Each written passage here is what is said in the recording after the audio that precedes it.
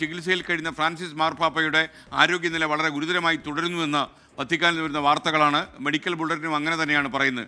ശ്വാസകോശ സംബന്ധമായ അസുഖങ്ങൾക്ക് പുറമെ വൃക്കകൾക്കും തകരാർ സംഭവിച്ചുവെന്നാണ് മെഡിക്കൽ ബുള്ളറ്റിൻ. അതിനിടെ ഇന്നലെ ആശുപത്രി മുറിയിലിരുന്ന് മാർപ്പാപ്പ കുർബാനയിൽ പങ്കെടുത്തെന്നും വാർത്തയുണ്ട്. ഈ കൂടുതൽ വിവരങ്ങളുമായി പി ജെയിംസ് തത്സമയം ചേരുകയാണ്. P James, good morning.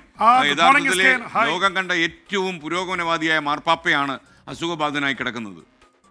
തീർച്ചയായിട്ടും കത്തോലിക്ക സഭയുടെ ചരിത്രത്തിൽ 2000 വർഷത്തിൽ 266-ാമത്തെ മാർപ്പാപ്പയാണ് ഫ്രാൻസിസ് മാർപ്പാപ്പ. ഒരുപക്ഷെ ഈ ഫ്രാൻസിസ് മാർപ്പാപ്പയെ പോലെ പുരോഗമനവാദിയായ പാവപ്പെട്ടവരുടെ പക്ഷം ചേർന്ന ഒരു മാർപ്പാപ്പ ഇതുവരെ ഉണ്ടായിട്ടില്ലെന്നാണ് പറയുന്നത്. അദ്ദേഹം സ്വീകരിച്ച പേര് തന്നെ ഫ്രാൻസിസ് എന്നുള്ള പേരാണ്. വിശുദ്ധനായിരുന്ന ഫ്രാൻസിസ് അസീസി പാവങ്ങൾക്ക് വേണ്ടി ജീവിച്ച പുണ്യവാളനായിരുന്നു.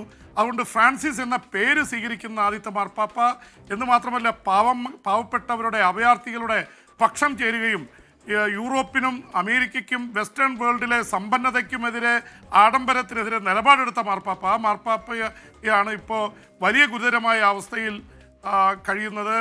റോമിലെ ജെമല്ലി ആശുപത്രിയിൽ ജീവന് വേണ്ടി മല്ലിട്ട് കഴിയുന്ന അവസ്ഥയിലാണ്.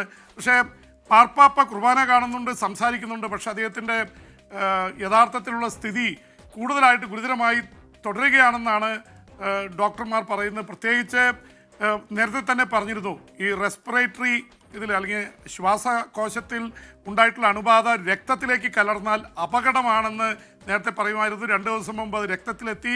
അങ്ങനെയാണ് ബ്ലഡ് ട്രാൻസ്ഫ്യൂഷൻ, രക്തമാറ്റം കഴിഞ്ഞ 2 ദിവസങ്ങളായിട്ട് വേണ്ടി വന്നത്. അതിനു പുറമെ ഏറ്റവും ലേറ്റസ്റ്റ് ആയിട്ട് വന്നിരിക്കുന്നത് കിഡ്നി വൃക്കയ്ക്ക് തകരാറ് സംഭവിച്ചു എന്നുള്ളതാണ്. ഇത് സ്ലൈറ്റാണ് എന്ന് പറയുന്നെങ്കിലും അതൊരു സൂചനയാണ്. കാരണം ഇങ്ങനെയുള്ള ഇതിൽ ഡോക്ടേഴ്സ് പറയുന്നത് ഈ ബ്ലഡിൽ എത്തിക്കഴിഞ്ഞാൽ മൾട്ടിപ്പിൾ ഓർഗാൻ ഫെയിലിയറിലേക്കാണ് അത് സാധാരണ പോവുക. അത് കിഡ്നിയെ ബാധിച്ചു, പിന്നീട് ഹാർട്ടിനെ, ലിവറിനെ, അങ്ങനെ ഒരേ സമയത്ത് മൾട്ടിപ്പിൾ ഓർഗൻ ഫെയിലിയർ ഉണ്ടാവുന്നതാണ് മരണത്തിലേക്ക് നയിക്കുന്നത്. അതുകൊണ്ട് ഇഞ്ചിഞ്ചായി ഇത് ശരീരത്തെ ബാധിക്കുന്ന അവസ്ഥയിലേക്ക് എത്തിയിരിക്കുന്നു. അതുകൊണ്ട് തന്നെയാണ് ക്രിട്ടിക്കൽ എന്ന് പറയുന്നത്. അതുകൊണ്ട് റോം എല്ലാത്തിനും തയ്യാറെടുത്ത് നിൽക്കുകയാണ്. പുതിയ മാർപ്പാപ്പയെ തിരഞ്ഞെടുക്കാനുള്ള നീക്കങ്ങൾക്ക് ഫ്രാൻസിസ് മാർപ്പാപ്പ തന്നെ സൂചന നൽകിയെന്നാണ് പറയുന്നത്. കാരണം ഫ്രാൻസിസ് മാർപ്പാപ്പ 2013 അധികാരമേൽക്കുമ്പോൾ ഒരു കാര്യം കൊടുത്തിരുന്നു.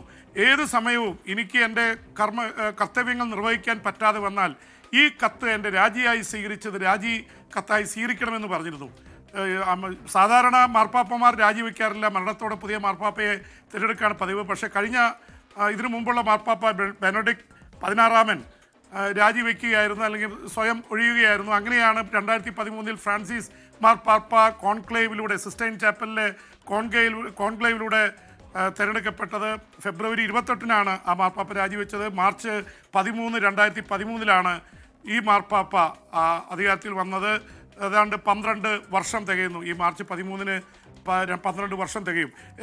ഈ തരത്തിൽ ഒരുപക്ഷെ ലോകത്ത് ഏറ്റവും കൂടുതൽ ലോക മനസാക്ഷിയെ സ്വാധീനിച്ച മാർപ്പാപ്പ ഇസ്രായേൽ ഹമാസ് യുദ്ധത്തിൽ പാലസ്തീൻ പക്ഷം പിടിച്ചു. ഒരുപക്ഷെ ആരും പ്രതീക്ഷിച്ചിരുന്നില്ല എന്നും മാർപ്പാപ്പമാർ ഇസ്രായേലിൻ്റെ പക്ഷം പിടിക്കുന്ന ഒരു അവസ്ഥയാണ് ഉണ്ടായിരുന്നത്. വെസ്റ്റേൺ വേൾഡ് പറയുന്നതാണ് കേട്ടിരുന്നത്. അതിന് വിഭിന്നമായിട്ട് പാലസ്തീൻ്റെ പക്ഷം പിടിച്ചു. ഉക്രൈൻ യുദ്ധത്തിൽ അതിശക്തമായി ഇടപെട്ടു. ഇറാഖിലേക്ക് യാത്ര നടത്തി. എല്ലാവരും പറഞ്ഞു താങ്കൾ കൊല്ലപ്പെടുമെന്ന് പറഞ്ഞിട്ടും അവിടെ പോയി. അവിടെ ചാവേർ ആക്രമണത്തിനുള്ള ഇതുണ്ടായിരുന്നു. അതൊക്കെ തകർത്തുകൊണ്ടാണ് മാർപ്പാപ്പ അവിടെ നിന്ന് ജീവനോടെ രക്ഷപ്പെട്ടത്. അപ്പോൾ അങ്ങനെ വലിയ തരത്തിൽ ലോകത്തിൽ ഇടപെടൽ നടത്തിയ 2000 വർഷത്തെ ചരിത്രത്തിൽ ജസ്യൂട്ട് വിഭാഗത്തിൽപ്പെട്ട ഒരു മാർപ്പാപ്പ ഉണ്ടാവുന്നത് ആദ്യമാണ്. അപ്പോൾ അങ്ങനെ ഒരു തരത്തിൽ ഒരുപാട് പ്രത്യേകതകളുള്ള മാർപ്പാപ്പയാണ് അദ്ദേഹമാണ് ഇപ്പോഴത്തെ അവസ്ഥയിൽ ക്രിട്ടിക്കലായിട്ട് കഴിയുന്നത്. പി ജെയിംസ് ആണ് വിവരങ്ങൾ നൽകിയത്. എന്തായാലും അന്യരോടും മനുഷ്യരോടും കരുണ കാണിക്കാൻ എല്ലാവിധമായ സ്നേഹവും ചൊരിഞ്ഞ അദ്ദേഹത്തിന് മതത്തിനും ജാതിക്കും സമുദായത്തിനും ഒക്കെ അതീതമാണ് മനുഷ്യനെന്ന് നമ്മോട് വിളിച്ചു പറഞ്ഞ ഫ്രാൻസിസ് മാർപ്പാപ്പ എത്രയും വേഗം സുഖം പ്രാപിക്കട്ടെ എന്നാണ് നമുക്ക് പറയാനുള്ളത്.